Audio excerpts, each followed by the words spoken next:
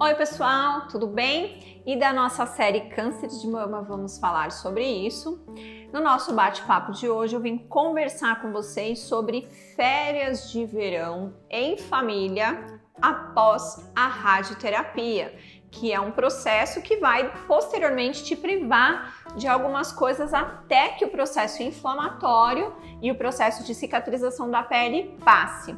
Então, se você quer saber um pouquinho mais sobre esse meu processo, fica comigo até o final desse vídeo.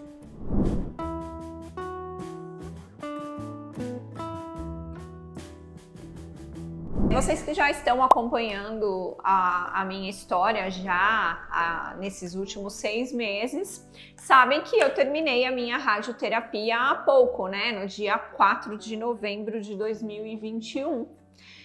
E logo veio a pergunta, como será o verão e as férias das crianças, né? Eu tenho 2 crianças pequenas e, obviamente, a gente não pode deixar que os nossos problemas interfiram na criação dos nossos filhos e na rotina, no dia a dia deles. Lógico, eles têm que estar cientes do que está passando, né? Não podem ficar alienados ao que está acontecendo na casa, mas também não podem sofrer essas consequências, né? Nós somos adultos e nós temos que assumir aí os nossos problemas. Então, algumas coisas que eu pensei, né, e que eu penso a esse respeito. Desde que eu descobri que eu estava com câncer de mama, eu sempre tive um posicionamento não só em relação à doença, mas em relação à vida, né? Que é um sentimento de afirmação. Então, eu nunca me vitimizei e nunca criei um sentimento de negação. Eu sempre pensei que quanto mais consciente a gente esteja a respeito das coisas que acontecem ao nosso redor, mais discernimento nós teremos para resolver as coisas, né? Não vou dizer para vocês que não foi impactante. Óbvio que é impactante, né? Você descobrir um câncer, você ter que retirar uma mama e ter que passar por um tratamento de câncer com 2 crianças pequenas é sim impactante, independente de ter crianças ou não, né? Porque isso impacta diretamente no seu corpo e principalmente no seu feminino, né? E, obviamente, a gente precisa de muita ajuda durante esse período, principalmente pós-cirúrgico e de radioterapia. Então, por exemplo, quando eu fiz a cirurgia, minha cirurgia foi uma cirurgia bastante grande, eu voltei para casa com os drenos, precisei de bastante ajuda do meu marido, precisei de ajuda da minha sogra, precisei de ajuda da minha mãe, né? Precisei de ajuda no trabalho, até que eu conseguisse me recuperar e começar a ficar um pouco mais independente novamente, né? E aí entra uma coisa, né? Se a gente se vitimiza, a gente acaba atrapalhando todo o processo de ajuda que tá em volta da gente, né? Porque primeiro, quem tem que passar somos nós, né? Então, se o problema é seu, quem tem que passar é você. Você já tá precisando que as pessoas ao seu redor te ajudem. Só que se você pede essa ajuda se vitimizando, as pessoas não são obrigadas. Elas estão fazendo por amor.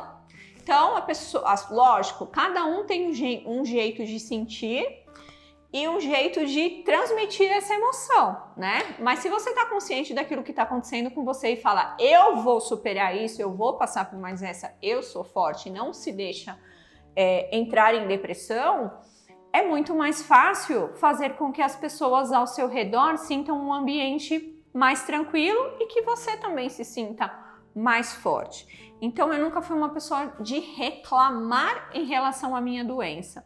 Lógico, não vou falar pra vocês, não doía. Doía pra caramba. Era horrível pra tomar banho, era horrível pra dormir, era horrível pra tudo.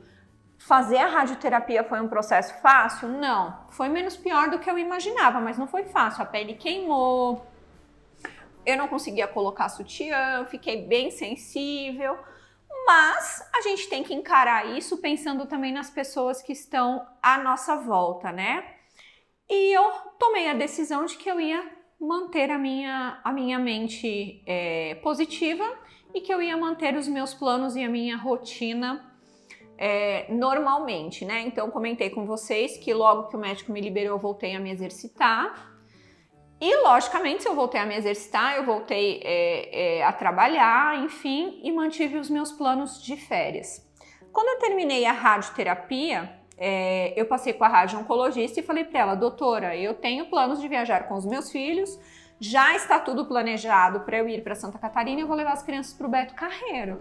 E não quero deixar de fazer isso por conta desse câncer. Há algum impeditivo? E ela comentou que, lógico, eu ia ter que me resguardar, principalmente na questão do sol, né? Não pode tomar sol. Como passar um verão na praia e no parque sem tomar sol?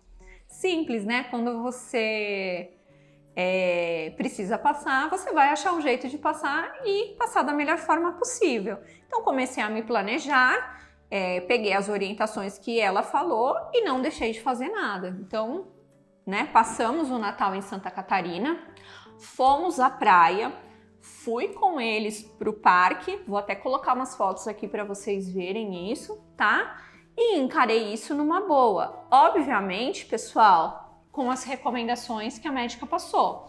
Então, assim, apesar do câncer ser na mama, quando a gente irradia, a gente pega toda essa parte aqui, ó.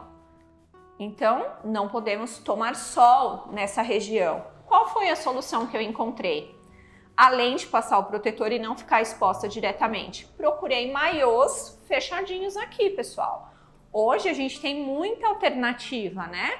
Porque também ficar de camisetão na praia ninguém merece, né? E aquela camiseta de UV, sinceramente, não consigo usar. Então procurei maiôs de boa qualidade, que tivesse proteção UV, passava o protetor por baixo, né, do maiô, colocava aquele maiô fechadinho, vocês vão observar nas fotos que vai rolar aqui no vídeo para vocês, e ia para a praia com eles, embaixo do guarda-sol, né? Mas estava na presença da minha família, meus filhos se divertindo, não privando também o meu marido das férias que ele merecia ter, e fomos curtir. No parque, a mesma coisa, né? Apesar de nós estarmos tendo um verão que não é verão, né? Porque tá mais chovendo do que fazendo sol. Graças a Deus, nos dias que fomos ao Beto Carreiro com as crianças, estavam dias maravilhosos. E lá, né, parque aberto, você não tem muito onde ficar na sombra. Mesma coisa, pessoal. Protetor solar, camisetinha Hering, né? E bora se divertir. Então isso não limitou. Ah, Alessandra, você foi em todos os brinquedos do parque? Não, gente, eu sei da minha limitação. Eu não ia ficar indo em brinquedo que me apertasse o peito ou que pudesse fazer uma curva perigosa. A minha intenção era o quê? Estar junto com a minha família e não privá-los de viver a vida por conta da minha limitação, que não é uma limitação, né? São cuidados que eu preciso ter, né? Então, essa questão da autoestima e de você estar consciente do que você está passando é muito importante, não só para você, né, se limitar e deixar de viver as coisas, mas para que você não comprometa o seu ambiente, né, o seu ambiente familiar, o seu ambiente de trabalho e outras coisas.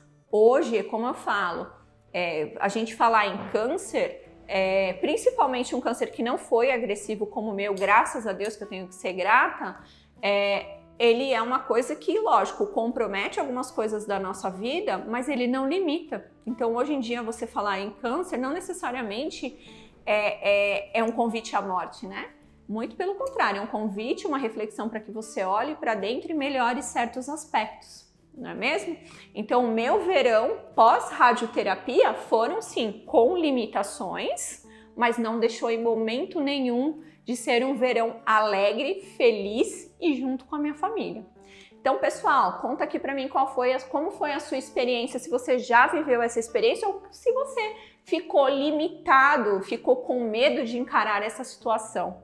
Vamos compartilhar, vamos ajudar outras mulheres a passarem também por essa situação e contar os seus casos. Tá bom? Um grande beijo, te vejo no próximo vídeo e para o próximo vídeo eu vou contar para vocês sobre como foi os meus resultados dos exames genéticos. Um grande beijo e até lá!